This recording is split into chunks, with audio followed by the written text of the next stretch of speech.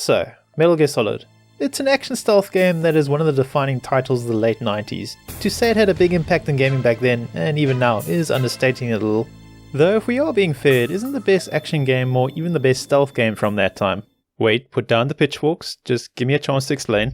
While not being the best at either of those, it did do something way better than the majority of games of the time, which is taking players on a cinematic action ride that includes fourth wall breaks and a plot stacked with twists and turns. It's also way more deeper than you might expect a game like this to be. Like on paper, it should be a fun little action stealth game where you sneak past a few guards and maybe snack up a few necks. With a story that somehow builds to an epic fight with a giant mech so you can save the world.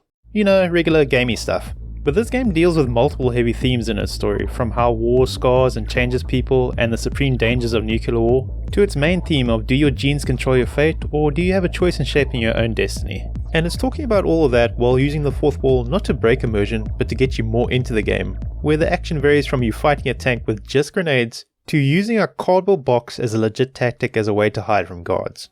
While using its gameplay mechanics to help reinforce the storytelling, it's a bit crazy how many things this game is juggling and still manages to pull off.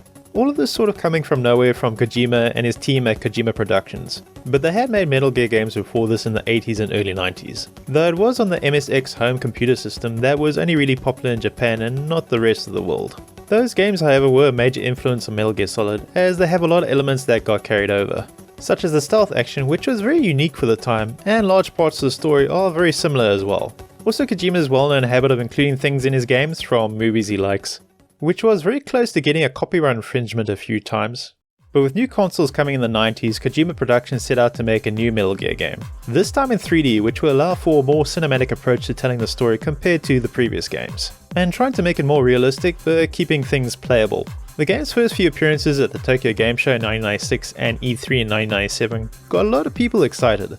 And looking back at how it was envisioned compared to now, it is a bit different than what we got, but you get a good idea what they were going for. To me, it does have that flair the Metal Gear Solid series would be known for. So with a good public response to it, Kojima Productions continued working on it, and in late 1998 it was released to worldwide acclaim and really healthy sales numbers. Whoa. The game has a great action movie premise, which gets explained in one of the coolest video game intros ever.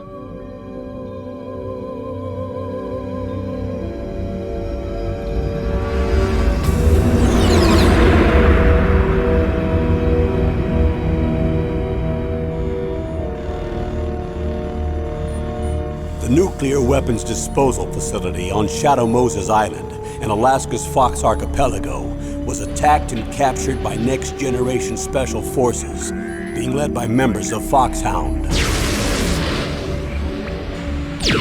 They're demanding that the government turn over the remains of Big Boss, and they say that if their demands are not met within 24 hours, they'll launch a nuclear weapon.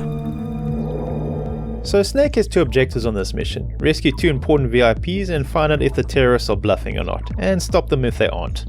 Simple enough, right? Well, things only start to get more complicated once Snake gets on the island. What's cool is if a lot of that flies over your head, you can look up these mission briefs in the start menu that go into detail about all that stuff. There are 6 members of Foxhound involved in this terrorist activity. Looks like a lovely bunch of folks. And finally, in charge of them, Foxhound's squad leader. Liquid Snake. Liquid Snake. The man with the same code name as you. Tell me what you know. I don't know his real name. That information is so highly classified that even I can't look at it. Here's a photo of him. Pretty shocking, huh? His skin tone is different, but otherwise you two are exact duplicates. I have a twin? I don't know the details, but it seems so. And it even has some foreshadowing if you're paying attention. Excuse me. Who's this? Dr. Naomi Hunter. She's chief of Foxhound's medical staff and an expert in gene therapy. Pleasure to meet you, Snake. Don't worry, this injection won't hurt a bit. What's the shot for? What's wrong? You don't like shots? But before we get into that, how easy is the game to play nowadays? Well, you can still play the game on PS1 or PC via GOG, with some re-releases on modern consoles, though they tend to come and go with how long the online store stays up for those. There's also the Metal Gear Solid Master Collection coming soon for most platforms, but today I'm going to be chatting about the PC version, which, while not being perfect, does the job well enough. and only needs a bit of help to get working on most PCs. The best option I found for getting it to run well was the Metal Gear Solid Integral Launcher. This includes a patch that has better quality music that's closer to the PlayStation 1 version of the game, also with better support for playing with a controller, and a bunch of fixes that help stop the game from crashing. I'll put a link in the description if you want to use it. There are a few visual things that are still missing from this version of the game, like the depth of field effect and the motion blur, which does lessen the cinematic effect for some scenes just a little, though it isn't a deal breaker for me. I do for some reason miss the motion blur effect, which is odd since I usually switch that off nowadays for most games. Maybe it's my nostalgia for the game, but there is something really cool about the combination of visuals in this game. From the subtle to flamboyant way characters show off, which really helps sell these characters that defy reality, to the cinematic quality of the game's cutscenes, which Kojima Productions did a great job with.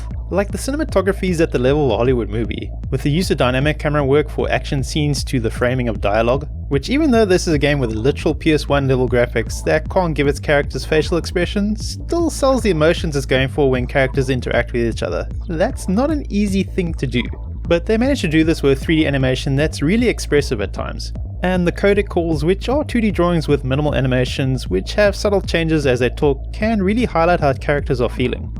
Though it does help when you have a great lineup of voice actors, all of which are doing an amazing job of selling these characters. They even make the game over screen super memorable with just how hard they go for it at times.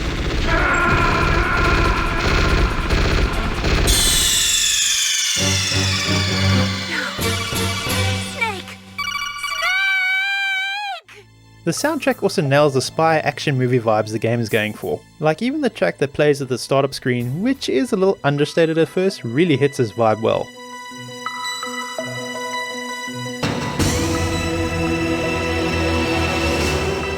Also, I really like that you can change the menu colors in the background if you play around with the movement buttons. It's one of those fun little things you can find out by just messing around with the game. Back to the music though, as it's great at giving a slight bit of nervous tension when sneaking.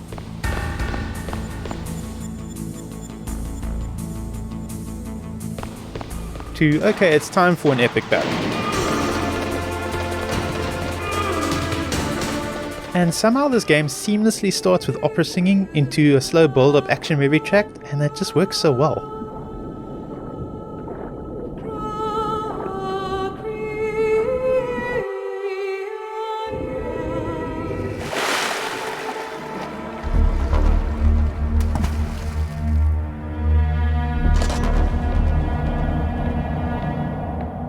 Even the little sound effects are unforgettable, like when a codec call comes in. Or what's probably the most iconic alert in gaming. Who's that? Kojima Productions were really doing something special at the time with how they were presenting this game. They make it look easy, and it isn't easy to do all of this, which got proved a bit by the remaster that was done by Silicon Knights for the GameCube. Now, I haven't played it myself, but I have watched cutscenes and some playthroughs. And there's something a bit off about it, like the use of techno music, which doesn't gel well with how the game is trying to go for a spy action movie feel.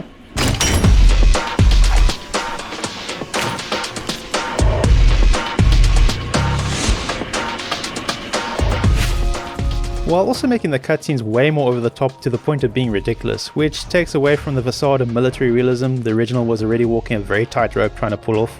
The characters come off as artificially exaggerated because of this. It's funny because they basically tried to put the music and visuals from Metal Gear Solid 2 into the first Metal Gear Solid game, without understanding that those elements worked in Metal Gear Solid 2 because of its themes, which involved simulation and artificiality. So the techno music and ridiculous action made sense in that game for what the story was going for, which was making you question the reality of the game, including some fourth wall breaks. The first Metal Gear Solid game did also use the fourth wall, but wasn't trying to break it, but rather use it to make players more immersed in the game. Which I know might sound odd, like logically wouldn't drawing attention to the fourth wall make you aware that you're playing a game and take you out of the experience? Well, it depends how you use it. And this game has examples of both, though this might be a bit subjective. Like for me in this one codec call with Master Miller where he's talking about people going through wall, the way he ends the conversation really takes me out of the experience. People who have been through war and survived develop a kind of sixth sense to warn them of danger. Trust your instincts as a soldier, as a gamer. But there are other times the game uses the fourth wall a bit more subtly, such as when you're trying to find Otacon. Like, because the player has a top-down perspective, you can see him on the other side of the wall before Snake can reach him. They even sort of do a little wink to the camera with the music. Another way the fourth wall is used, maybe unintentionally, is when the Colonel gives instructions on how to play, which I don't think at the time Kojima Productions was using for any deeper meaning. Just, as a less intrusive way for the game to show you how to play, instead of like a wall of text or something. When I first played the game when I was younger, I didn't think it was odd at all that the Colonel told me stuff like this. It didn't feel like a fourth wall break at the time, just an in-game tutorial. But now being older, and especially after playing Metal Gear Solid 2, they are really noticeable. But maybe that's just me. Press the action button to drop down. Though the best way the game uses the fourth wall is when it makes things more immersive, by getting you to interact with the gameplay in creative ways, like the Psycho Mantis fight, which I'll chat about more later. Also the way the story is presented at times where us, the audience, just get enough from the bad guy's perspective to know that they are using or at least leading Snake to an outcome they want, while he's none the wiser. Which instead of ruining the twist in the story, actually builds a bit of tension, like why are they doing this, how does this help them? You can maybe figure it out before it gets revealed, but then you also want to see how Snake is going to react to finding out.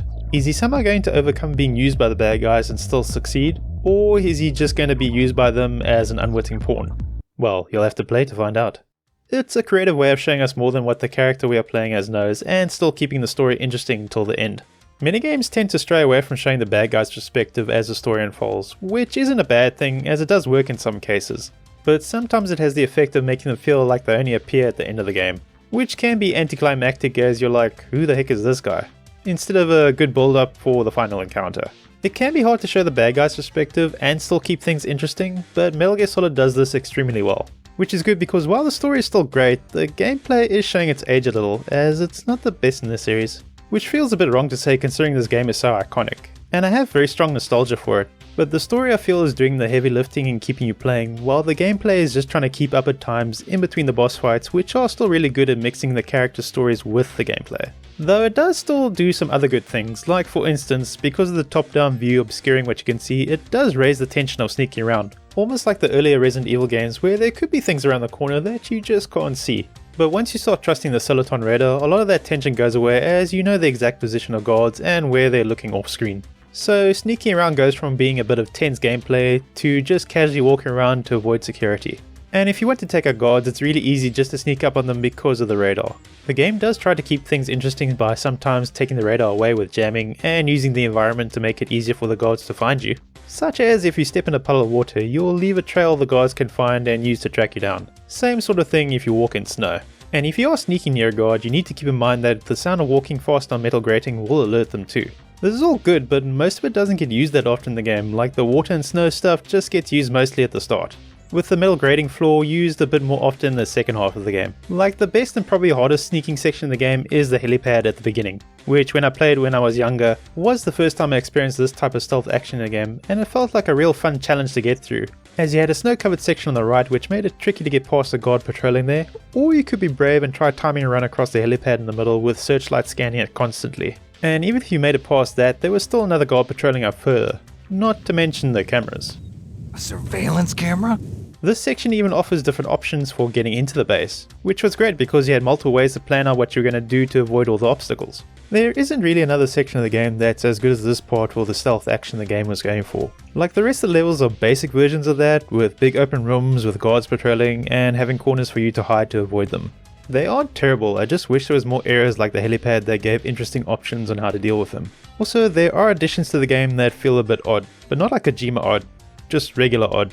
For instance, the trapdoors feel very gamey. Like, why are there trapdoors in the armory of a military base? Maybe the bad guys built them quickly once they took over the base, though wouldn't it have been easier to just use claymores as traps? But then you could argue, well, it's an armory, having live explosives in there would be dangerous with all the weapons and such. Though you end up using C4 in the armory to get past some freshly cemented walls that the terrorists made for extra security to guard one of the hostages, I assume, instead of just using any of the many rooms they already had a high level security lock on. See what I mean? Just odd stuff like that. All these odd things feel like they're in the game because it's a game and not because it makes sense for them to be there. But by far the worst offender is the large amount of security cameras with guns. Like, I'm fine with cameras being in the game and even some gun cameras in there, as they add something different that you need to deal with. Even if the answer to dealing with them 9 out of 10 times is to use a chaff grenade, or if you want to be a little excessive, stinger missiles. But in the middle of the game and in later sections, it just gets very silly. Like, is this a metaphor for needless military spending gone wild that I just don't get, or did someone at Kojima Productions just want to see how many gun cameras they could put into this one room for fun? Oh, and the cherry on the cake is that there's a trapdoor just before this section. What's going on at this base? Okay, but enough on the oddities, there's still some more good stuff in the gameplay. I really enjoyed all the different devices and slightly exotic weapons you get. It really gives the game a spy military feel, like entering codec frequencies by hand to get new contacts, or using the scope to look for patrols. And some of the gadgets have multiple uses, from getting past obstacles to allowing you to be a bit creative in using them in some of the boss fights. And the rate at which you get them in the game also feels like a good pace. The only complaint I have is maybe the chaff grenades are overused and the only solution to get past a certain section. Speaking of which, the tower part of the game is where gameplay and pacing problem shows up, as you're forced to fire in this section even if you want to play stealthy and not kill guards. I'm not a fan of this part, but I can maybe see why it was added to up the pacing, because when you finally make it to the towers, it'll be the third time you're making your way from the tank hangar section. So Kojima Productions might have thought, after making players backtrack and sneak past the same sections so many times, that they needed to up the pace to keep players engaged instead of giving them a high tower to climb up of with nothing to do, which I think they didn't really need to worry about, since they did prove in a later game that you could do that and even make it very memorable. What a thrill. Like, to me the best pacing or balance in a Metal Gear game is getting to a new area, then exploring for a bit before figuring out how to get past guards or obstacles. You know, a nice stealth gameplay section that you can take on in multiple ways, with a bit of story that eventually leads into a boss fight where you need to figure out the mechanics with the tools you have, which after you beat moves the main story and characters forward in a dramatic and sometimes thought-provoking way that makes you want to find out more. Then gradually upping the challenge of the gameplay while raising the tension in the story, which this game gets right more than it gets wrong. It's just a few hiccups with the sneaking gameplay not being as interesting as it is at the start, and the game using backtracking just a little too much. It does try to change things a little in areas you've been to before, but it's usually just gun cameras that were installed in record time. You can change the gameplay up a bit by increasing the difficulty setting, which gets rid of the radar, and it makes boss fights harder while giving you less ammo and supplies to work with, etc. Though it won't change the level layouts and generally how the gameplay works. You could also try playing the game in first person, but that just breaks the game too much as it wasn't designed to be played like that. The story and the cinematic way it's presented with multiple themes and intriguing characters is the real core of this game, so let's get into it. The game starts with Snake being sent to sneak into the base at Shadow Moses Island, and already at this part we see the leader of the terrorists, known as Liquid Snake, knows that Solid Snake is on the way.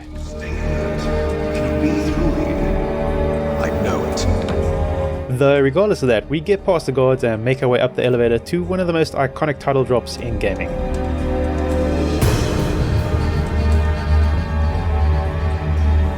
We see Liquid again, this time boarding a Hind D that's off to somehow stop two F-16s that the Pentagon sent as a diversion to help us sneak in unnoticed. We also start chatting a lot more with our support team via codec, being Colonel Campbell, the guy in charge, and with Naomi, who's there to monitor Snake's health and chat about the nanomachines she injected into him for the mission. Oh, and Mei Ling. Nice to meet you, Snake. It's an honor to speak to a living legend like yourself. She invented the Soliton radar and gives very general advice about the mission and lets you save the game. What's cool about the chats via codec is the characters will react to specific events in game that aren't related to the main story, which makes them feel more like they have real personalities. For instance, if you equip a specific item or go into certain areas, one of them will probably have something to say about it, and they'll maybe go into detail about topics they care about, like Natasha Romanenko, who's the weapon specialist on your codec team. She also knows a lot about nuclear weapons.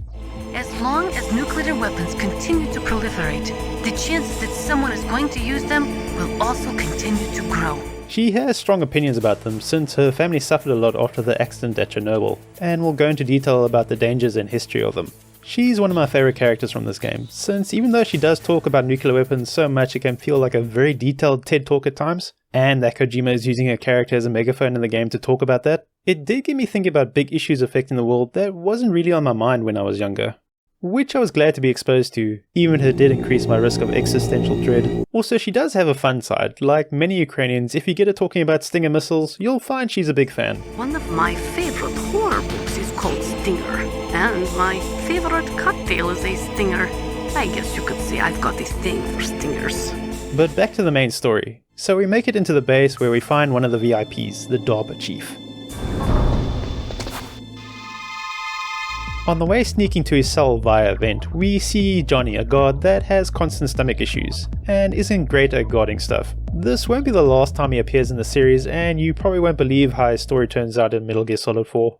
Anyway, we also get a glimpse of Meryl, who's a rookie soldier and the niece of Colonel Campbell. She's going to be fairly important to the story in a bit. But first we need to chat with the DARPA chief, who Snake informs about the terrorist threats to use nukes. Sweet Jesus. And find out from the chief how the terrorists can do it, which is by using a top secret weapon they were testing at the base called Metal Gear Rex, which is capable of launching a nuke, though their chat gets interrupted by Johnny.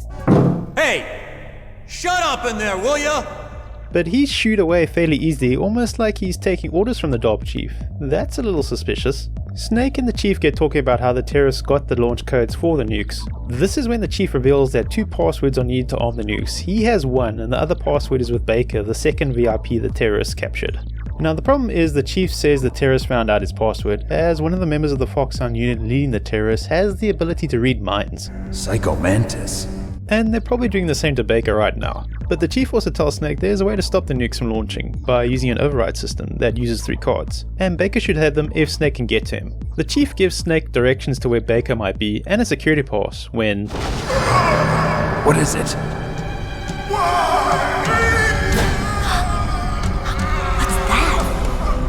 Yeah, the chief suddenly dies. Snake tries to find out why from Naomi and Campbell, but gets suspicious that they're hiding something from him. Though before we dwell too much on that, Meryl next door manages to knock out Johnny and steal his uniform, while letting Snake out from his cell. Thinking Snake killed the chief, they get into a tense standoff where Meryl's nerves show, and Snake takes advantage of that and tries to talk her down.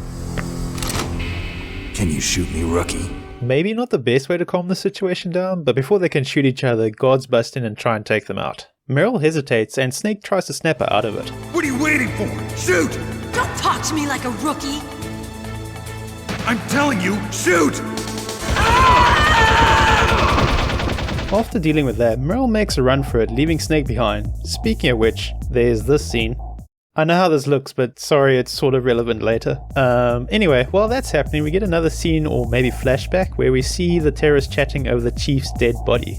Though they are talking like they killed him while trying to get the password, they also seem to come up with another plan. But before we can see more, Meryl makes it to the elevator and shoots at Snake to stop him from following. She seems proud of herself for getting away.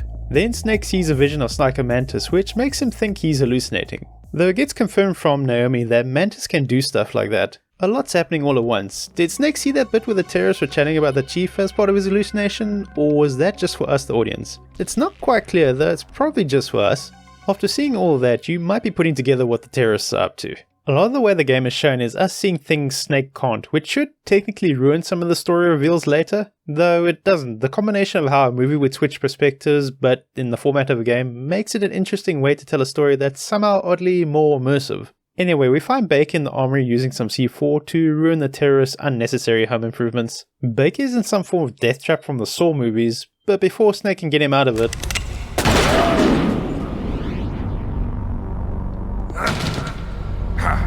Right. Touch that wire and the C4 will blow up along with the old man. So you're the one that the boss keeps talking about. And you? Special Operations Foxhound. Revolver Ocelot.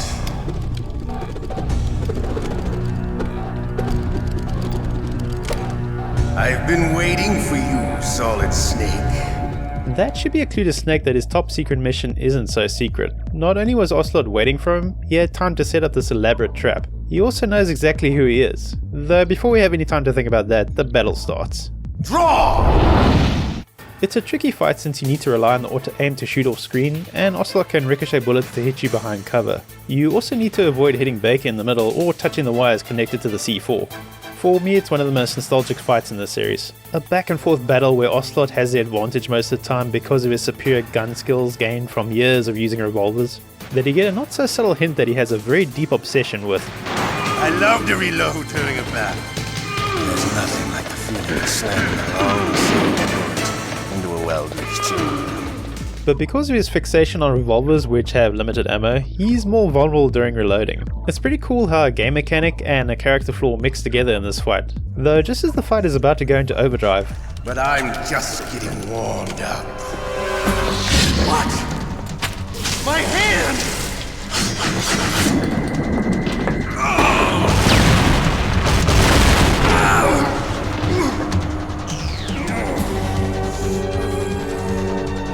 Stealth camouflage.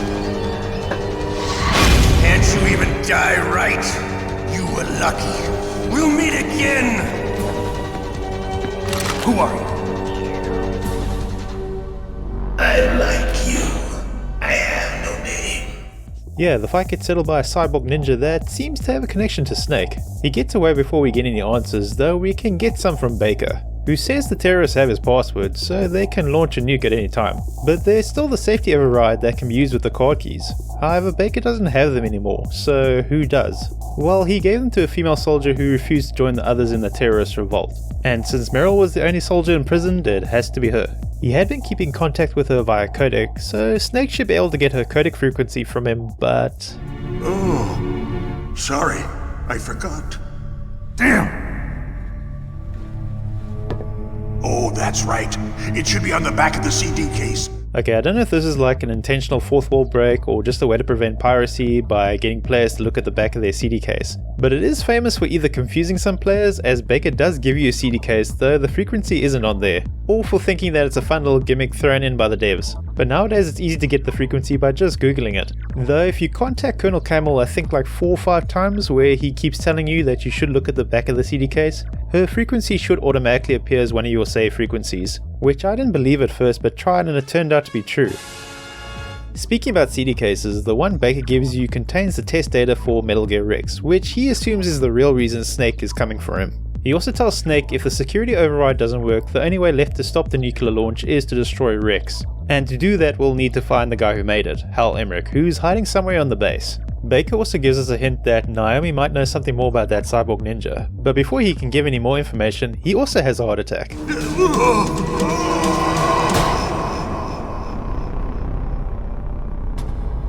Snake confronts the Colonel and Naomi again about these really convenient heart attacks, and the ninja, but both plead ignorance. So with no answers, the only thing to do is to contact Meryl about those safety override cards. And chatting with her on codec, she's still a bit hesitant, though once she figures out who she's chatting to. The legendary Solid Snake? You? She does let her guard down, which leads to Snake and her getting a little flirty with each other. But back to business. She gives some details about what happened to the base and confirms she has the override card, and also telling us where to find Hal Emmerich. Snake decides to go after Hal, and Meryl says she wants to help, though Snake says she's not ready for combat after seeing her freeze earlier. She makes the case that she's been training her whole life for this, while Snake confronts her with the reality of war. She's still determined though, so Snake tries being an asshole about it. Okay, let me try to say this another way. Stay the hell out of my way. You're a real bastard, just like my uncle said. This sort of works as they both laugh it off, though about 5 seconds later Meryl decides she's going to help regardless of what Snake says, as she wants to know what it takes to be a soldier. With that bit of tension sorted, Snake starts making his way to Emmerich, and on the way we get a warning from a contact calling himself Deep Throat about a minefield and ambush waiting for us. This ambush turns out to be one of the Foxhound unit members, Vulcan Raven, in a tank, which at first seems like a very unfair fight until you use the most powerful weapon in the game, chaff grenades. And this won't be the last time. I'm not sure the logic works for it blinding the tank, but it does allow you to get close enough to use normal grenades on it. After being the tank, a soldier conveniently gets thrown from it who happens to have a security card we can use to get deeper into the base.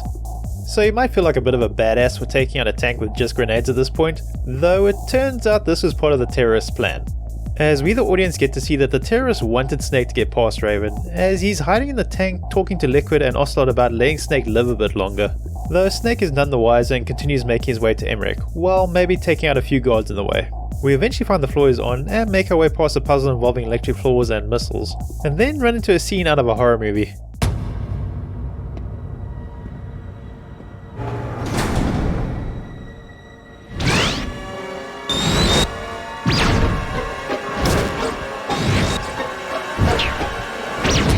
It looks like they were cut by some type of blade. It seems that Ninja is after Emmerich, though after scaring the piss out of poor Hal, it turns out he's actually looking for Snake. Because he wants to have a death match with him. It's kinda like, It's like one of my Japanese animes.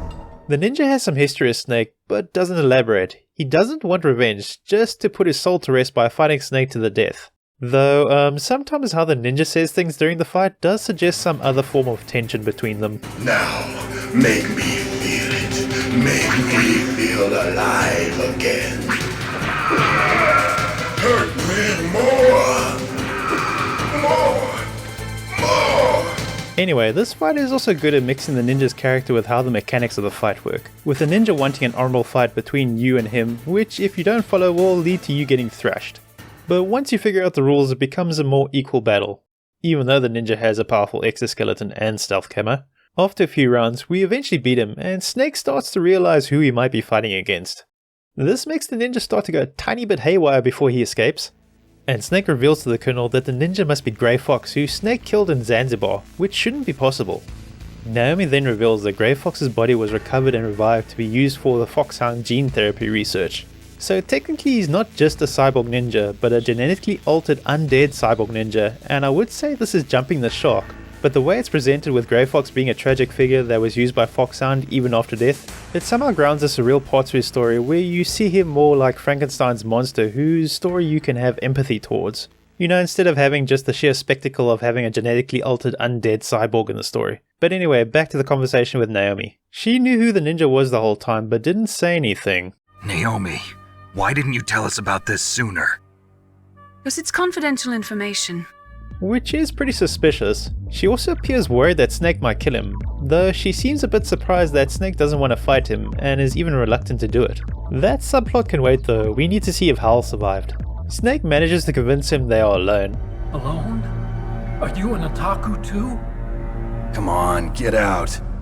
Yeah, he's a total nerd. They get talking about Rex and things get a little heated when Hal says Rex was made to shoot down nukes, not launch them. But it turns out Hal didn't know it was going to be used in that way, as he didn't make the weapons on Rex. As they talk more about the Metal Gear Rex project, Hal comes to the realization that it could be used to launch nukes, which is the last thing he wants since his family has a history of nuclear weapon development. Since his grandpa helped make the first bomb, it really weighs heavy on him, like he describes it as a curse that's written into his family's DNA. Using science to help mankind, it's just in the movies. That's enough crying. Pull yourself together. Where is Metal Gear? Hal tells Snake how to get to Rex, which is also the same place where the override cards need to be inserted. They decide that Hal should hide while giving Snake info via codec, which should be easy since Hal's got one of those stealth camo devices. Also, Hal says we should refer to him from now on as Otacon. It stands for Otaku Convention. And otaku's a guy like me who likes Japanimation. What a dweeb. Anyway, now we just need to meet up with Meryl to get those override cards. Though she's having some trouble with the guards, so has to stay disguised as one to not be found. This is where that butt scene comes in, as we'll be able to tell which guard she is by the way she walks. She had such a cute way of walking. She kind of wiggles her behind. You were really looking. Well, she's got a very cute behind. Way of walking, huh? Although this wasn't entirely necessary as a mechanic, as she's the only guard in the base that uses the ladies' room. Meeting up with her in there, she gets the drop on Snake and they have some banter where Snake awkwardly tries to be flirty. We also find out she's a Foxhound fangirl, which gets them talking about war again. Meryl sees Snake and her uncle the Colonel as real heroes compared to the genome soldiers in Foxhound. Snake doesn't see himself like that and again tries to show Meryl the reality of war, which is just killing. He also gives a brutal reason for why he fights. There's no winning or losing for a mercenary. The only winners in war are the people. That's right, and you fight for the people. I've never fought for anyone but myself. I've got no purpose in life, no ultimate goal. Come on. It's only when I'm cheating death on the battlefield. The only time I feel truly alive. Seeing other people die makes you feel alive, huh? You love war and don't want it to stop? Is it the same with all great soldiers throughout history? The conversation eventually gets back to the topic of the mission, getting to Metal Gear Rex to either disarm or destroy it. Slight problem though, Meryl only has one card and the override system needs 3, so they need to find the other 2. She also insists on coming with Snake to help him, but he doesn't want her to. She explains to Snake why she wants to be a soldier, so she can understand her father who died during war, and to figure out who she is and what she wants to do with her life. So Snake relents and lets her come with. There is quite a bit going on in these conversations. Like you can pick up they both like each other and maybe Snake is being so harsh with her to keep her from trying to help, since he doesn't want her to get hurt. Also that the reasons they are fighting are different. Snake sees it as the only thing he's good at and feels like it's his fate to only ever fight. While Meryl doesn't know entirely why she's fighting, but wants to find a reason, whether it's to get closer to her family or to see if she has a future as a soldier. It's an interesting comparison between them where Snake feels lost in war and Meryl is trying to find herself in it. And at the same time they both want to help each other, though one wants to carry the burden and the other one wants to share it. Anyway, Snake and Meryl start making their way to the other side of the base where Rex is. On the way though, Meryl starts acting a bit strange. I'm fine. Okay. Let's go. She's definitely not okay, and is even walking in an oddly normal way. Turns out it's an ambush by Psycho Mantis, who's using Meryl against Snake with his mind control abilities, and messes around with Snake before revealing himself. This forces us to knock out Meryl so Mantis can stop using him, which lets us take him on directly. However, Mantis has some fourth wall tricks up his sleeve, as he reads your mind by countering your moves when you input them via the controller or keyboard, which makes it impossible to get a hit on him, unless you switch controls. On the PS1 you did this by either using the second controller if you had one, or just switching which ports the controller was connected to.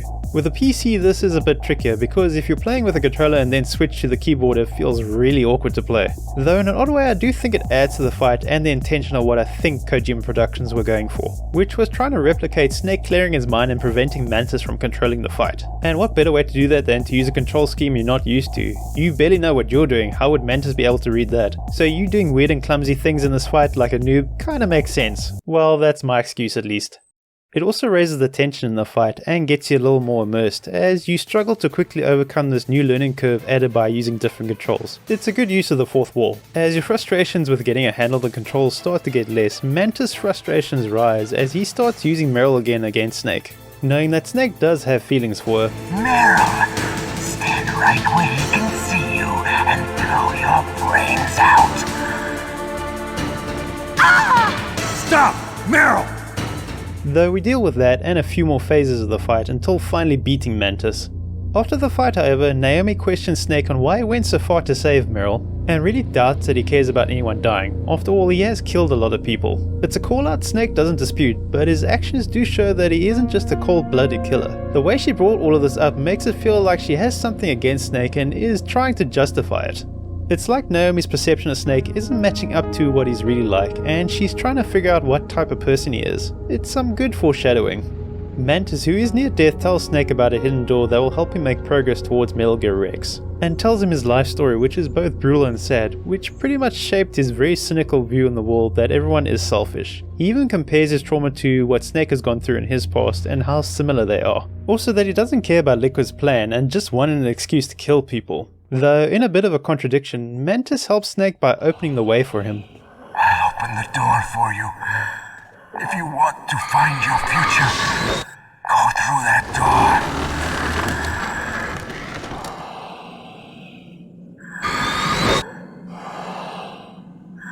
This is the first time I've ever used my power to help someone. It's strange. It feels kind of nice. Now, did Mantis do that because he was close to death and just wanted to know what it was like to help someone, or was he doing that to help the terrorists' plans? Because we the audience know they do want Snake to make progress for some reason. Maybe it can be both. Before moving on, Snake and Meryl have another chat where she tries to apologize for being used by Mantis. How could I let Mantis control my mind like that? If you're gonna doubt yourself, I'll leave you here. Snake, however, after being confronted twice in quick succession about how much of a killer he is, becomes very cold towards her, even more than earlier. He shoots down any personal question Meryl has. Maybe he's worried about getting too attached, or he thinks she'll be safer by not getting too close to him. Whatever the reason is, there isn't time to get into it, as they need to get to Rex. So carry on past some caves full with wolf dogs who like Meryl way more than Snake. We make it to a slightly ominous passage leading to a tower.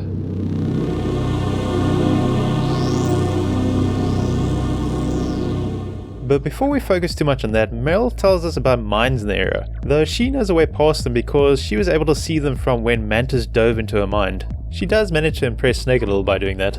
Are you impressed? Well, a little bit. Only a little? Making it past the mines, the perspective switches to that of a sniper scope, which has a clear shot at Snake, but turns to Meryl and... Meryl!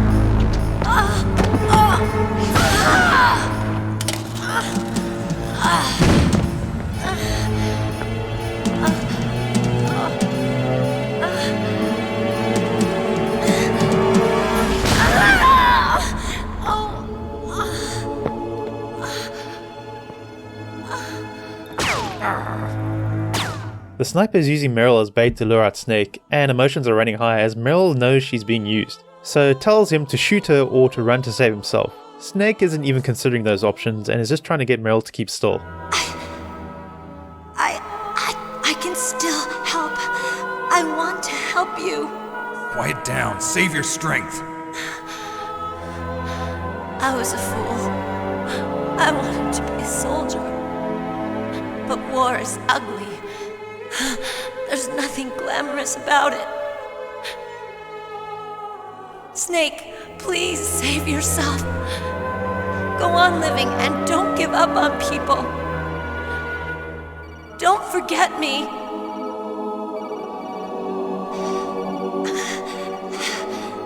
Now get out of here.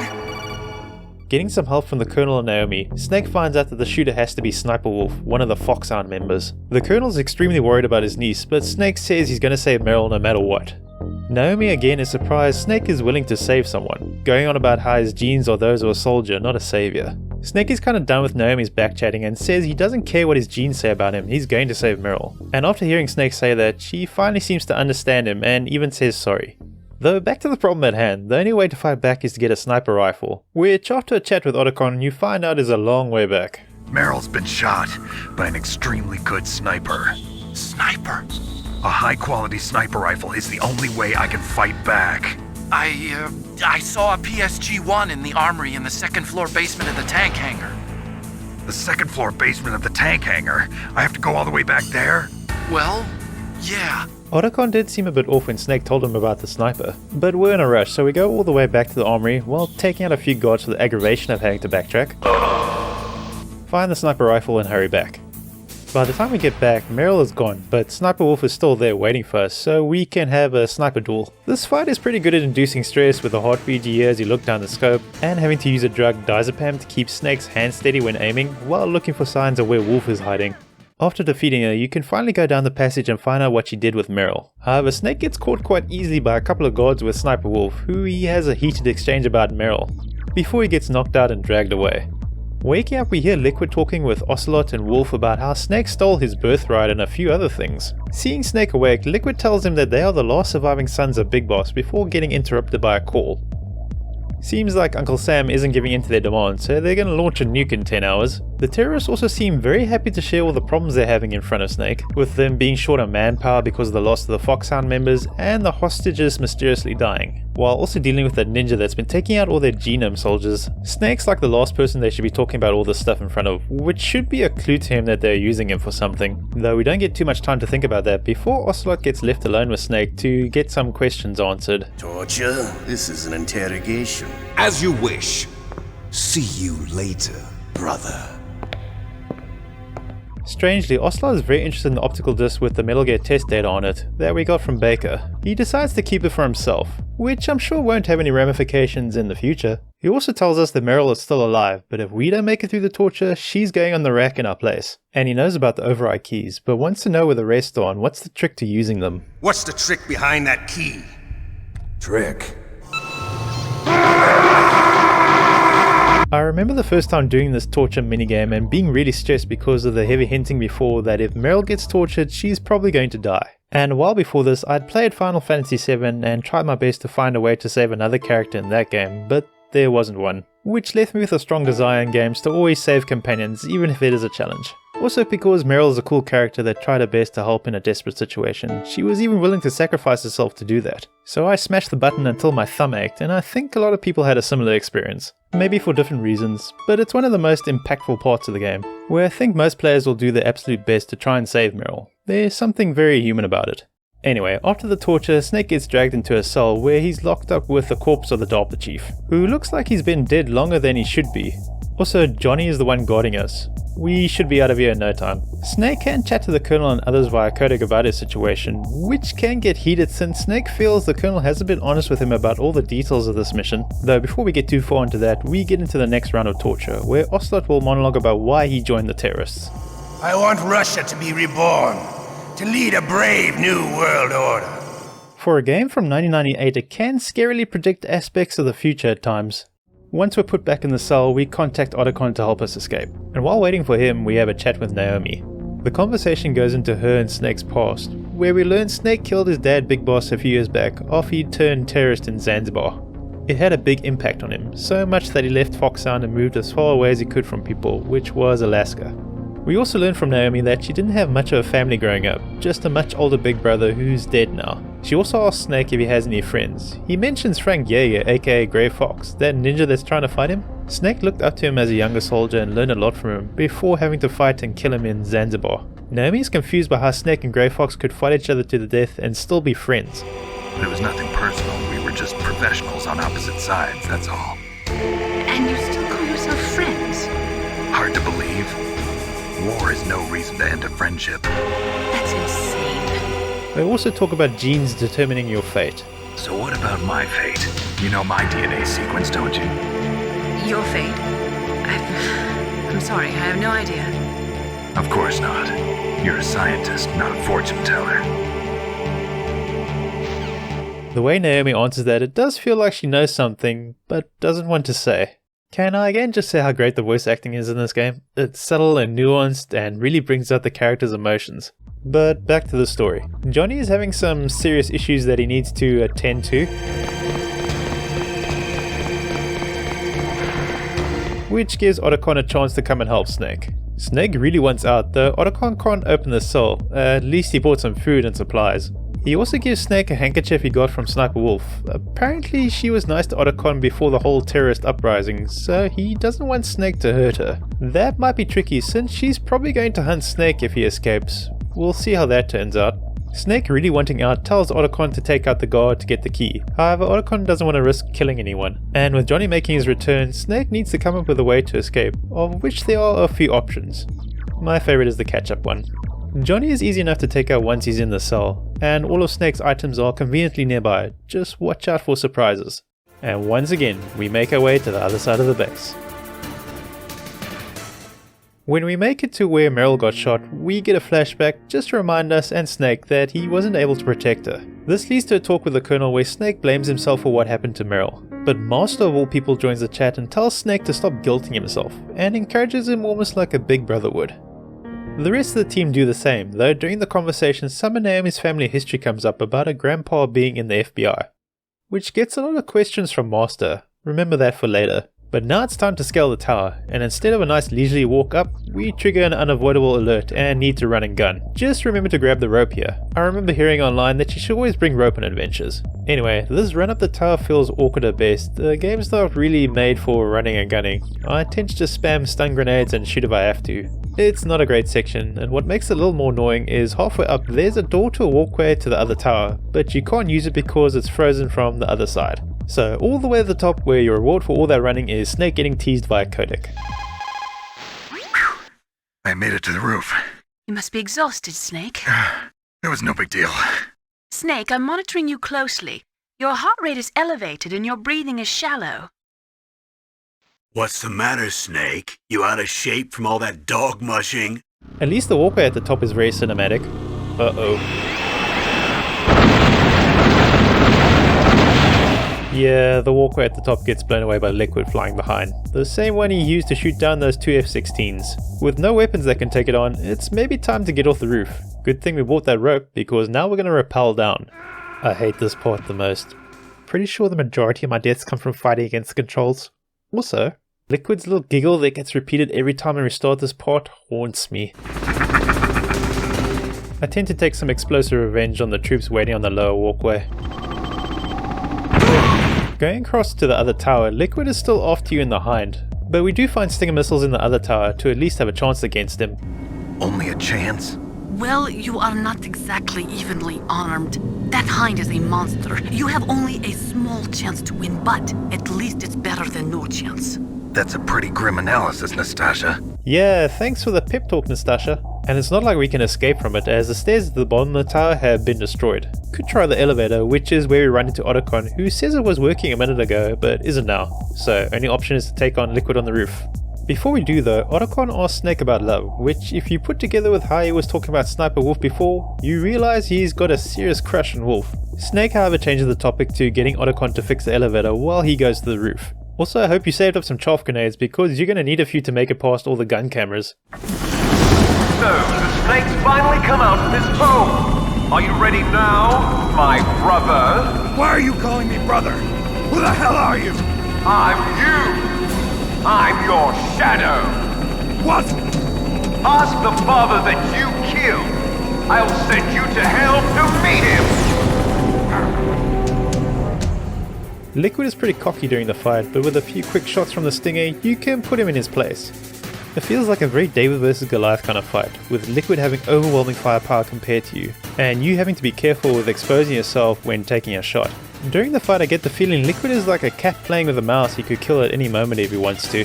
He will remind you of this with missile shots he takes at the roof, which if you aren't standing in the right spot can kill you. Also the way sound is used in this fight is really good, where the action music will go away when Liquid is hiding from view, and you can only hear the helicopter blades in the cold wind, which builds a bit of suspense as you wait for him to try and pounce on you.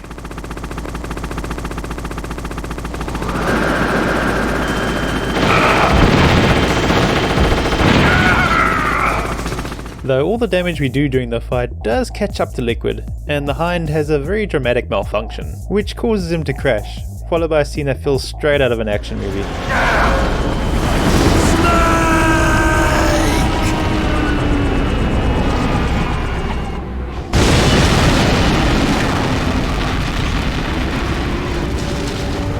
See you in hell, Liquid.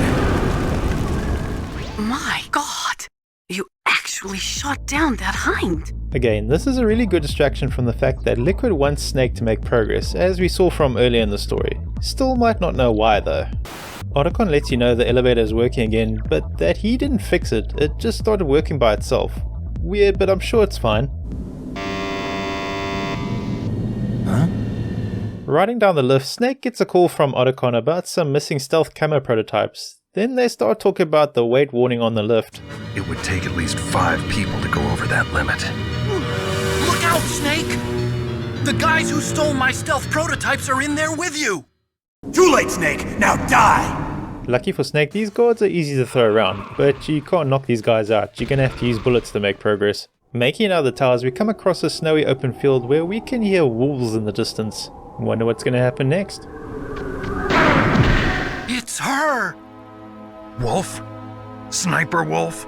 Yes, it's her. It's definitely her. Otacon, you sound like you're happy. Otacon tries to talk Snake out of killing Wolf, then she decides to join the call and makes it clear that this is going to be a fight to the death. It also hints that Wolf might have been listening in on Snake and Otacon this whole time. The fight itself is an upgraded version of the previous one you had with Sniper Wolf, where now she can hide in a lot more places. It also shows how reckless she can be by taking more shots directly out of cover. The battle is more about waiting for the right shot and not losing sight of Wolf, and hoping you have enough diazepam to keep your shot steady. Once we win, Snake needs to make sure this time that he got her. She is still alive but has a fatal wound, and wants Snake to finish her off, so she doesn't have to suffer a long drawn out death. Before that though, she opens up about her life. I was born on the battlefield, raised on the battlefield. Gunfire, sirens, and screams. They were my lullabies. Hunted like dogs, day after day. Driven from our ragged shelters.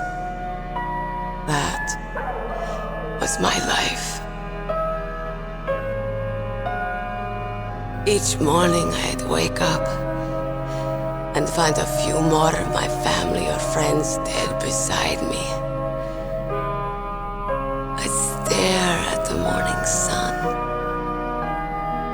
and pray to make it through the day. The governments of the world turned a blind eye to our misery. But then, he appeared. My hero. Saladin. He took me away from all that. Saladin? You mean Big Boss? She saw Big Boss as someone who could help her take revenge on the governments of the world who failed her as a child. Though now near death, she sees she was blinded by vengeance and was used by others as nothing more than another dog of war. Snake tries to comfort her and ends up reminding her of Big Boss. We also find out why she fights so recklessly for a sniper, which I always found really tragic. I finally understand. I wasn't waiting to kill people. I was waiting for someone to kill me. man like you. You're a hero.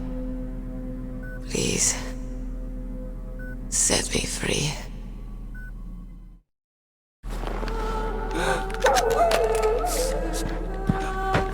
Why? Why? I loved you.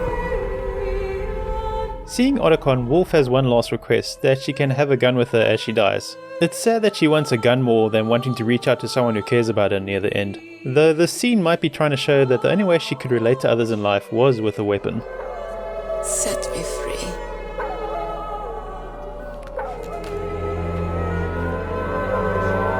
Goodbye.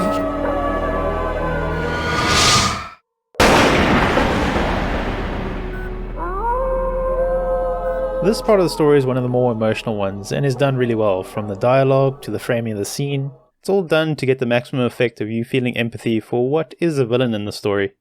The trope of the bad guy giving their backstory so you can see them as human, if not done right, can take you out of the experience, since it can feel shallow if it doesn't make sense or fit the tone of the story. But when it's done this well, it does get you more immersed in the story and will maybe get you thinking about how others see the world. Anyway, Snake and Otacon have a heart-to-heart about Wolf and try to get back on track to stop the rest of the terrorists. Snake gets deep into the base past some blast furnaces, which remind me of the end of Terminator 2, but this is another odd addition to the base. The Colonel tries explaining it by saying the base didn't have a good way to get supplies, so they made stuff on site. Okay, so where are they getting the huge supply of ore you need to run a blast furnace this size? Like, do they have a mine nearby in the base as well or something? Oh, maybe that's where all the trapdoors lead. Though being serious, this was included for a game mechanic, which comes up later, and it didn't need to be a blast furnace as an explanation for a hot part of the base. They could have gotten away with a central heating section of the base that was created to warm the rest of it via pipes or something. Enough about that though. Once we sneak past this section, we find an elevator where ravens start appearing ominously, but before we take the hint about the boss fight that's coming, we get a call from Master, who has something very important to tell us. Okay, this is where it's going to get into heavy spoilers for the game, so if you want to play that for yourself and avoid spoilers, skip to here. So, what's this juicy gossip Master has for us? Well, looking into Naomi's past about her grandpa working for the FBI, Master finds out that it was all a big lie. Lots of details of the story don't add up, which is leading Master to think that Naomi might be a spy working for the terrorists. Also, the strange deaths of the DARPA chief and Baker with the appearance of the Ninja Grey Fox might be linked to Naomi. Could it be? If I find out anything, I'll call.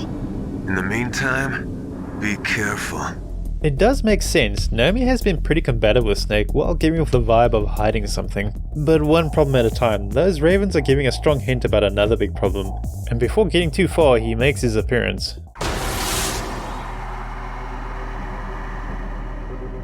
Welcome, Cossack. This is the end of the road for you. Right, my friends? Listen, they agree. You know how in some action movies they'll go a little over the top by letting someone carry a minigun?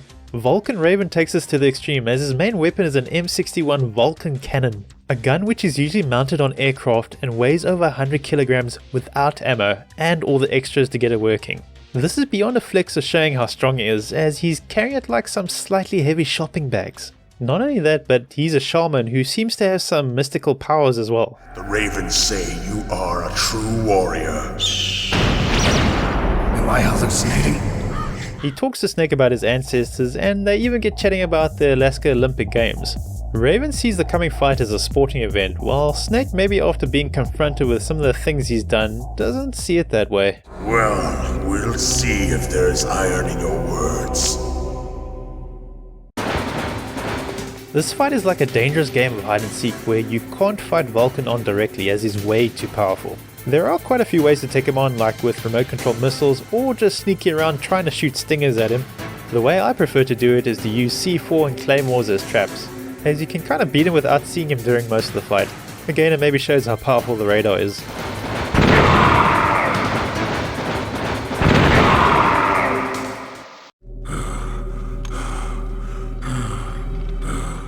After beating him, he doesn't have a sad backstory reveal or a deeper reason for fighting. He seems more content that he'll pass on and return to nature. But before he dies, he gives Snake a car key to get further into the base, which leads to the obvious question of...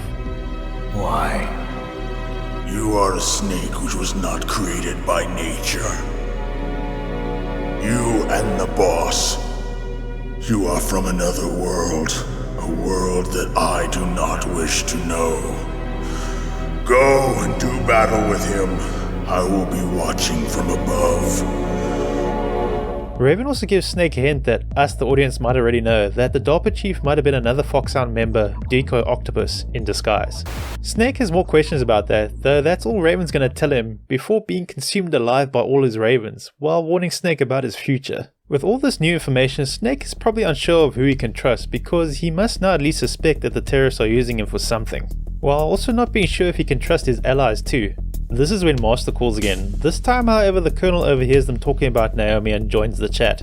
Master lets the Colonel in on the information he found, that Naomi is lying and is probably a spy. He then tells the Colonel to place her under arrest and to find out who she's working for.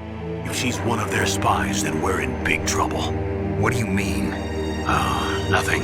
It seems the Colonel is also keeping secrets. Master suggests she should be taken off the mission, but the Colonel says they can't complete the mission without her. I knew it. You're hiding something. Give me some time. I'll try to get it out of her. Hurry then. We've got to figure out who she is and what she's doing here. I understand. Snake, give me some time. I don't have any time left for you. Snake at this point is probably finding it hard to trust anyone, as it seems both sides are using him, though the details aren't clear yet. Only thing to do now is to carry on with the mission. And eventually we make it to Metal Gear Rex.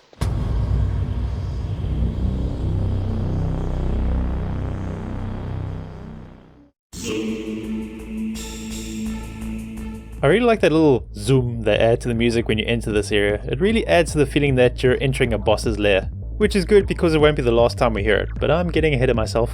Rex doesn't seem to have been activated yet, so we need to climb up to find out more.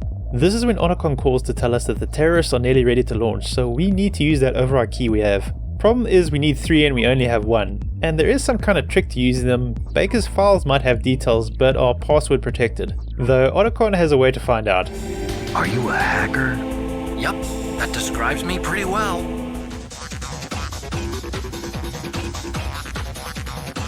This game is so 90s sometimes. Anyway, while Otacon gets into those files, Snake does some more sneaking around, and comes across a control room with Ocelot and Liquid, who survived his helicopter malfunction. Listening in on the conversation, Snake hears that they are ready to launch.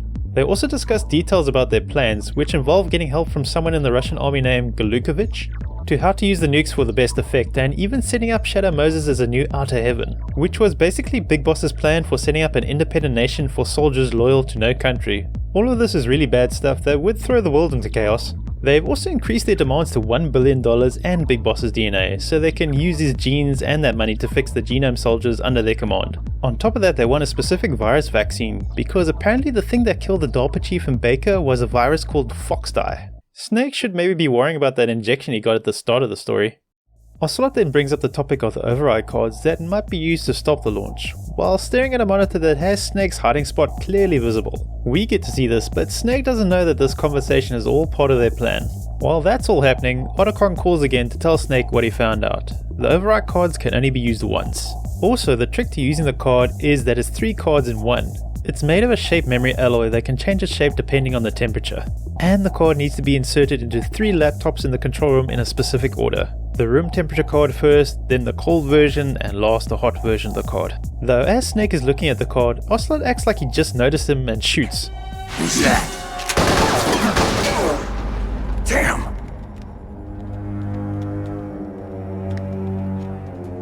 Now Butterfinger Snake needs to go find the card. This is when the game starts doing its best to delay us from using the card and for Snake's allies to constantly remind us that we need that card to stop a nuclear launch. Find that key, Snake. There's no other way. Now, depending on the amount of alerts you had going into this era, one of 2 things will happen with the card. Either the card will be in a drainage ditch that sucks the life out of you with a bomb which you can accidentally pick up somewhere in there, or a rat could have eaten the card whole and now we need to go rat hunting to get the card back. This could be just the devs messing with players, but a side effect of all this hunting for the card is you get very fixated on getting this thing and trying to stop a nuclear launch. And maybe you'll forget all the hints the game's been giving you that you're being used by the terrorists. So almost without thinking about it, you'll rush back up to the control room and insert the card. Remember though, we need to cool the card to insert it into the second laptop. The warehouse where we fought Raven can do that, it's not too far back. Just need to stand around for a minute and the card should freeze.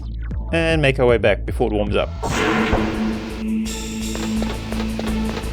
Then climb all the way up to insert the card. Now it's time to warm up the card. Guess where? Yeah, 2 slow elevator rides all the way back to the blast furnace. Though on the way there we do get some more story as Master gives us a call. Okay, so what's up? I've got a good friend in the Pentagon. Yeah? He's the one who told me about it. The info that Master has for Snake is about Foxdie, the virus Liquid and Ocelot mentioned. It's used to assassinate people, and what probably killed the VIP Snake was sent to rescue, which means Snake is carrying the virus. Finding that out, Snake contacts the Colonel to see what's happening with Naomi. I just placed Naomi under arrest. Arrest? She was sending coded messages towards the Alaskan base. I didn't want to believe it, but she must be working with the terrorists. Well, we can't focus on that now, we need to sort out this card. Might as well get some supplies while the card warms up. Also, here's a tip, keep the card equipped most of the way back, or it will cool off and you'll have to do the trip again, which happened to be the first time playing this game. Kojima can be cruel. Then back down the elevators with another codec call. Maybe it's Master with some more gossip. Snake, can you hear me? It's Naomi. Naomi? What the hell? Campbell and the others are busy right now. I'm on a different codec. Naomi. Is what the Colonel says true? Yes. So Naomi confesses to lying to Snake and reveals why she's doing all this. She's actually an orphan from Africa who was raised by Frank Yeager. Yeah, Grey Fox. What? Oh, and she got help moving to the US thanks to Big Boss. But after Big Boss and Grey Fox got taken out by Snake, she wanted revenge. So she joined Foxhound and waited for her chance. Makes sense now why she was so aggro with Snake early in the story. Though after getting to know Snake... Do you still hate me? Not exactly. I was partly wrong about you. Her feelings are a bit complicated now, so she might regret injecting Snake with Foxdie. Naomi. What? You must have programmed that thing to kill me too, right? She doesn't give a solid answer, so maybe. There is another twist though. Listen, Snake. I'm not the one who made the decision to use Foxdie. Huh? You weren't. You were injected with Foxdie as a part of this operation. I just wanted to let you know that. No, that's not the whole truth. Huh? The real thing I wanted to tell you was... Snake, Hey, what are you doing? Snake! Campbell stops the call and tells Snake to carry on with the mission without giving any answers. Ugh, so many twists, but we gotta keep going I guess. Though we better hurry unless the card cools down. Last climb back up, and after all that we just need to insert the card and... PAL code number 3 confirmed. PAL code entry complete. Detonation code activated. No, why? Well, that's a huge problem. Oh wait, Master's calling, maybe he can help us. Thank you, Snake. Now the detonation code is completed. Nothing can stop Metal Gear now. Master finally reveals what all those hints we've gotten through the whole game have been about, if you haven't already figured it out. The terrorists accidentally killed the DARPA chief, so they couldn't get the password to launch the nukes. So instead they planned to use Snake to activate the nukes with the override. You mean you had this plan from the beginning, just to get me to input the detonation code? Huh?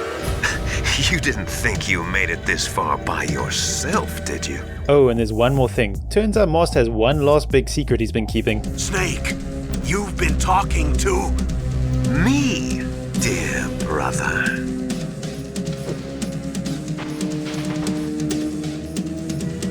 Liquid, how the... You've served your purpose. You may die now.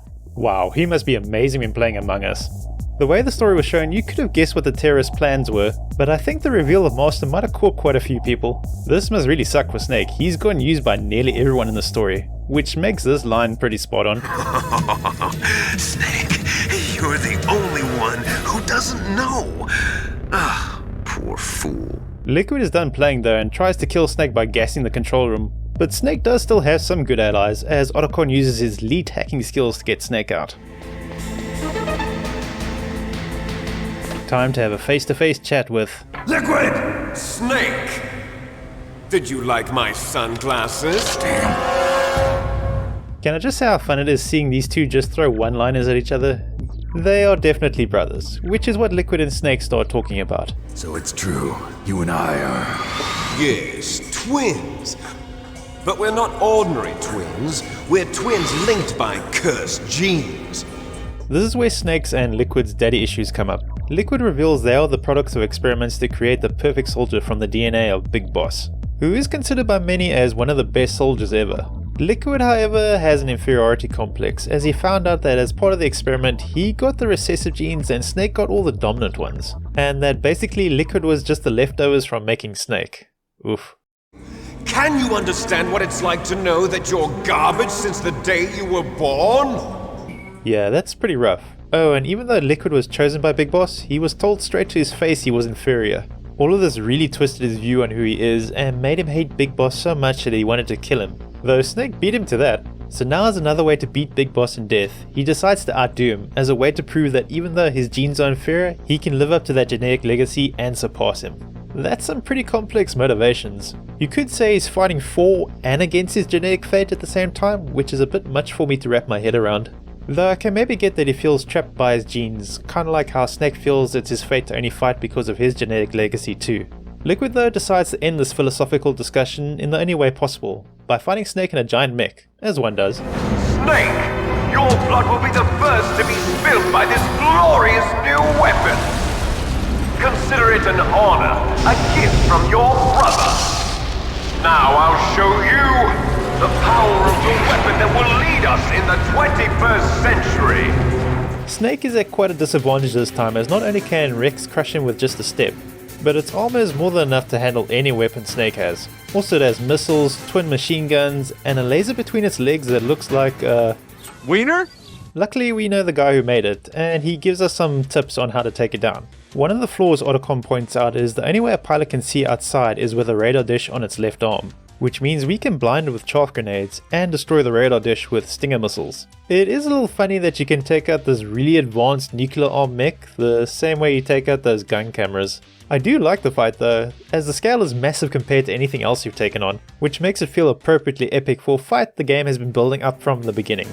The combat also has a nice rhythm to it where once you take a shot, you immediately need to run before Rex gets you, and then resetting things with another chaff grenade. But even though Snake knows Rex's weakness, Liquid isn't gonna make it easy. This is when we get some unexpected help, and is one of my favorite scenes from the game. Damn! Nice try, Snake! Die!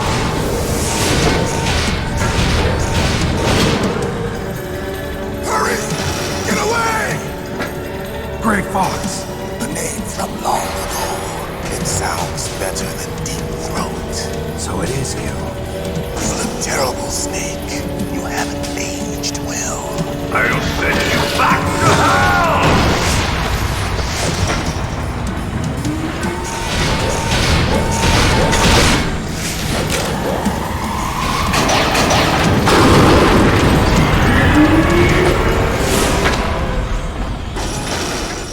While they have a chance, Snake confronts Fox about why he's doing this. Fox wants Snake to kill him in a fight so he can be free from his current state of limbo, where he's not quite dead but not really alive either. Snake reminds Fox that Naomi is seeking revenge for him and that he's the only one that can stop her. This is when we get a really tragic reveal about her past. No, I can't. Why? Because I'm the one who killed her parents. I was young then, and couldn't bring myself to kill her too. I felt so bad that I decided to take her with me. I raised her like she was my own blood to soothe my guilty conscience. Even now she thinks of me as her brother. Fox. Geez, this game still keeps the twist coming even this late into the story. But before we have a chance to fully absorb that, we still need to deal with the giant mech. So Fox decides to help Snake one last time and goes all out against Rex. I'll stop it from moving! Fox!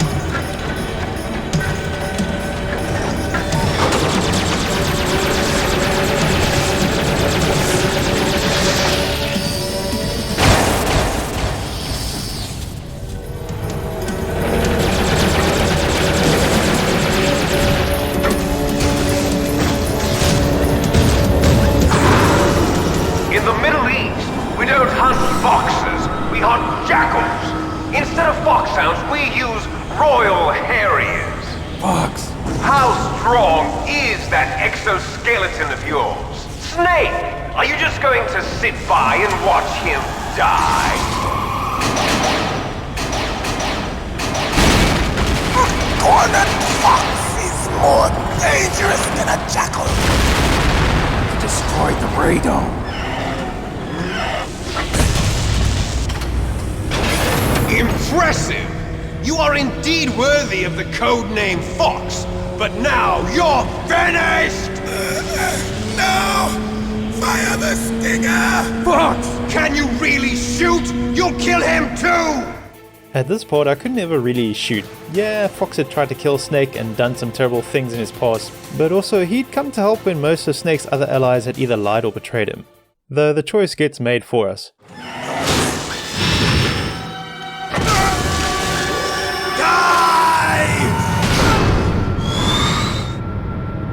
Snake, we're not tools of the government or anyone else. Fighting was the only thing I was good at. But at least I always fought for what I believed in. Snake, farewell.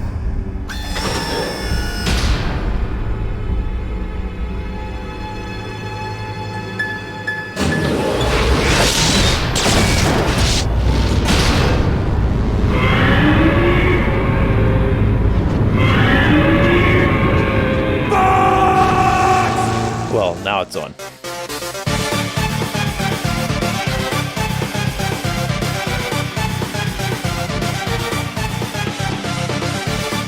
With Liquid piloting Rex in the open and exposing the sensitive electronics in the cockpit, it's just a matter of us getting out of his vision and taking shots when we can to grind Rex down. And eventually, just like the fight with the Hind, Liquid has a malfunction.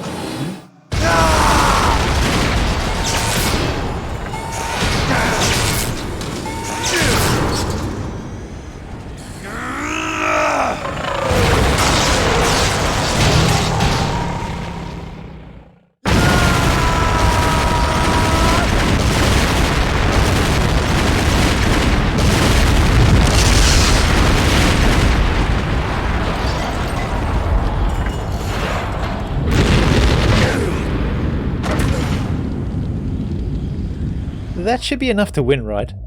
Nope. Even though Liquid has lost, he's still got some fight left in him, and he wants to take it out on Snake. Liquid then gives a speech about how he wants a world where there's constant war, so soldiers like him and Snake can be valued like how Big Boss was. Father knew what type of a balance was best. Is that the only reason? Isn't it reason enough for warriors such as us? I don't want that kind of world. Ha! You lie! So why are you here then? Why do you continue to follow your orders while your superiors betray you? Why did you come here? Well, I'll tell you then. You enjoy all the killing. That's why. What? Are you denying it? Haven't you already killed most of my comrades? That was... I watched your face when you did it. It was filled with the joy of battle. You're wrong. There's a killer inside you. He is talking to Snake, but he might as well be talking to the player as well, as we were at least a bit aware that Snake was being used even from the start of the game.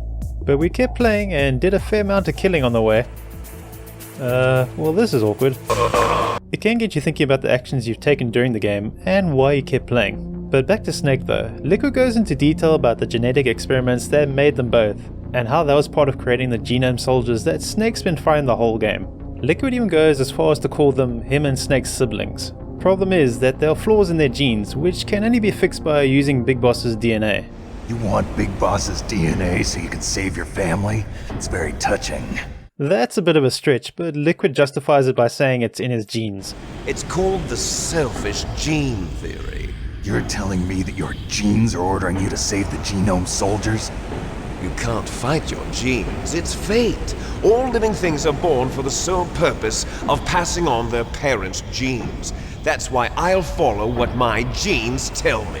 He also wants to kill Snake in a fight to break his perceived curse of his inferior genes, but wouldn't doing that prove that his genes don't control his fate? Since Snake has the dominant genes, beating him would show that genes don't set your destiny. You can see how his perspective on things has really twisted how he views the world, to the point that he can't see the contradictions in what he's saying. Snake after all this might not want to fight anymore, but Liquid has a reason to make him want to. Meryl is nearby and might still be alive, though Snake is running out of time because now that he took out Rex, the Secretary of Defense has decided to destroy the entire base on Shadow Moses with a nuke, to get rid of any evidence of America's top secret research, which might be a little illegal. Liquid even lets Snake make a call to the Colonel to confirm it. The Colonel isn't on board with the plan and is even trying to stop it, but the best he can do is delay it to give Snake a chance to escape. You better get out of there, Snake. Are you sure? It'll be bad for you. Don't worry. It's the least I can do for you, after all the lies. Colonel. I'm ordering them to cancel the bombing run. After that, there's no turning back. What? What are you doing? What? Snake! Mei Ling, what happened to the Colonel? I don't believe it. What happened? Snake, the Colonel! Roy Campbell has been relieved of duty. Well, there goes that plan. With the Secretary of Defense arresting the Colonel before he could do anything, it means we're going to be blown up soon. You bastard. With certain death on the way, Liquid can't resist upping the tension even more by arming a bomb next to Meryl to force Snake to fight him so they can have one last battle before the end.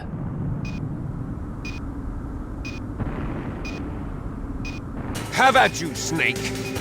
Having a bare-knuckle brawl on top of a destroyed mech with a nuclear strike on the way is pretty perfect. I actually can't imagine a better final boss fight than this. No weapons or gadgets to help you with this fight. You've got to learn Liquid's tells and don't give him a chance to get the upper hand. You know, Liquid, for all his talk about how inferior he is amazingly persistent at trying to overcome that. He's been shot down in a helicopter, survived that. He got blasted while piloting Rex and survived that.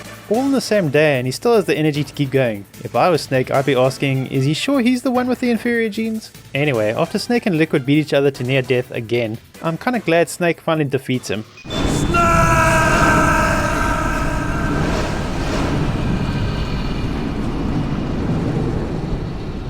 Now, depending on if you survived the torture earlier in the story, Meryl can either be alive or dead. Though since the canon ending is Meryl being alive, we're going with that one. They are happy to see each other, and Meryl talks a little bit about what she went through and why she kept going. During all the pain and shame, there was one thing I was sure of. A single hope that I held on to. And that hope kept me alive. Snake, I wanted to see you again. Meryl. Before they stare too long at each other, Otacon calls to check in on Snake. Snake lets him know they are about to get nuked and asks if there's a way to get out. Otacon tells him about a tunnel they can drive through to escape. He also takes care of the security doors to help Snake and Meryl, while saying he's going to stay behind to make sure they can escape. Are you crazy? I need a little more time to take care of your escape route. But unlocking the security doors is difficult work. Only I can do it. Otacon. Don't worry. I'm staying here. It's my own decision. Otacon, this is a hardened shelter, but they're going to use a surface-piercing nuclear bomb. It won't hold. I'm through regretting the past. Life isn't all about loss, you know. Snake, I'm a complete person now. I've found a reason to live. Good. Don't die on me. Same to you. So Snake and Meryl fight their way past some soldiers, steal a jeep, and make their way down a tunnel and shoot up some guard posts on the way. Okay, just need to make it out and it's over. It's not over yet! Well shit, Liquid's basically Jason Voorhees at this point. Like, I don't think this machine gun's even gonna slow him down. Though after a car chase that feels like forever, we finally reached the end of the tunnel. Look, Snake! Daylight! We're gonna crash!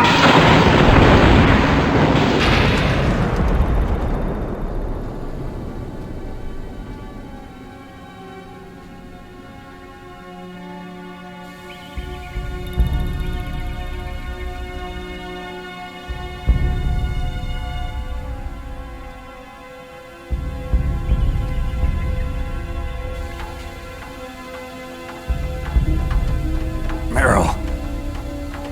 Are you okay? Yeah, just a little shook up. Meryl, can you move? It's no good. I can't move. What happened to Liquid? I can't see him either. Liquid's dead. Nah, not falling for that again. He's definitely still alive. Uh-oh. Snake!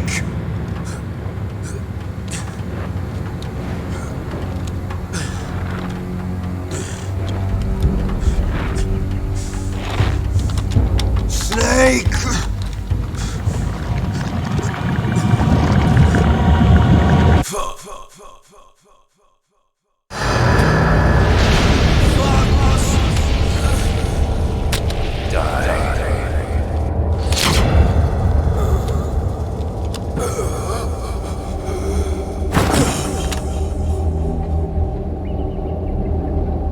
While it's great that Liquid is finally dead, it does mean the Foxdie virus is probably going to kill Snake since they are twins. What's more surprising is there isn't a nuke going off. This is when Snake gets a call from the Colonel, who pulled an Uno reverse card and got the Secretary of Defense arrested and stopped the bombs from dropping. He also apologizes for all the secrets he was keeping, while telling Snake about a nearby snowmobile that he can use to get away with Meryl. Naomi also wants to chat with Snake. She also heard about Grey Fox dying. Snake doesn't tell her the secret about her parents being killed by Grey Fox. He actually describes him as a hero who helped save the world. He probably thought it'd be better to spare the pain and rather help her move on. Snake also brings up Foxdie as he wants to know if he's going to live or not. She is very vague about it, just telling Snake to live the best he can with the time he has left. This vagueness was probably done on purpose to let players make up their own mind about what happens to Snake. Metal Gear Solid 2 would do something similar, but in a more complex and in-your-face kind of way. As Snake and Meryl get to the snowmobile, we get a monologue from Naomi about genes not being the only thing that can determine your fate, just something that contributes to it, but won't be the only thing that defines it. Snake and Meryl have one last chat that seems to show Snake choosing a new path in life, where he's going to try and live not just for himself, but for other people he cares about. And with that, they ride into the sunrise as the credits roll. Well, that was great, so many twists and turns in the story. It did go fairly over the top at times, but they did rein it in at the end there. Yes, sir. The entire unit was wiped out. That was what I was thinking until the post-credit scene came up, where we hear a phone call that sets up a sequel that can't possibly live up to the hype. Okay, so it turns out Ocelot was working for another mastermind in the shadows the whole time and got the Metal Gear test data for them. He also reveals that Snake was the one with the inferior gene, so Liquid got what he wanted in a monkey paw wish kind of way. Oh, and the mastermind who Ocelot is talking to is a third twin that Snake and Liquid don't know about, whose name is Solidus, with the final bombshell being this. Goodbye, Mr. President.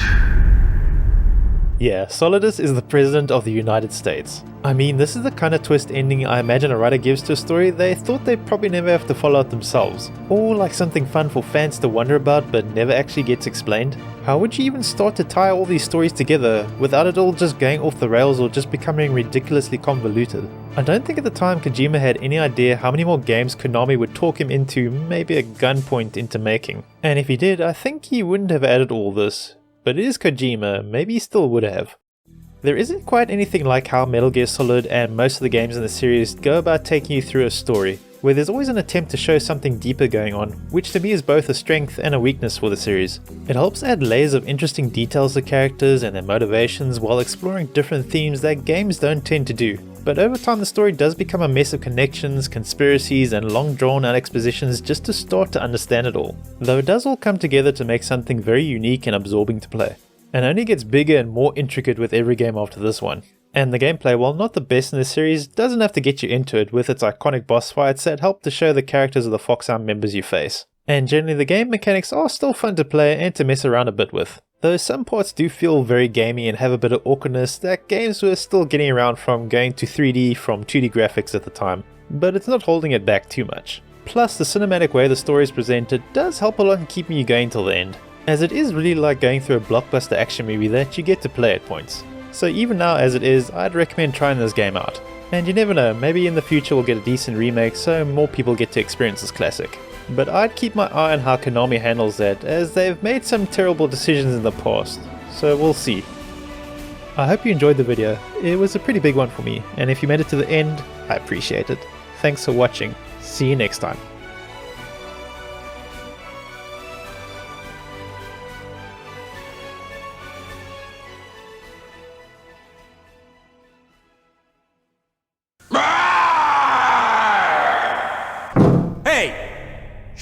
in there, will ya?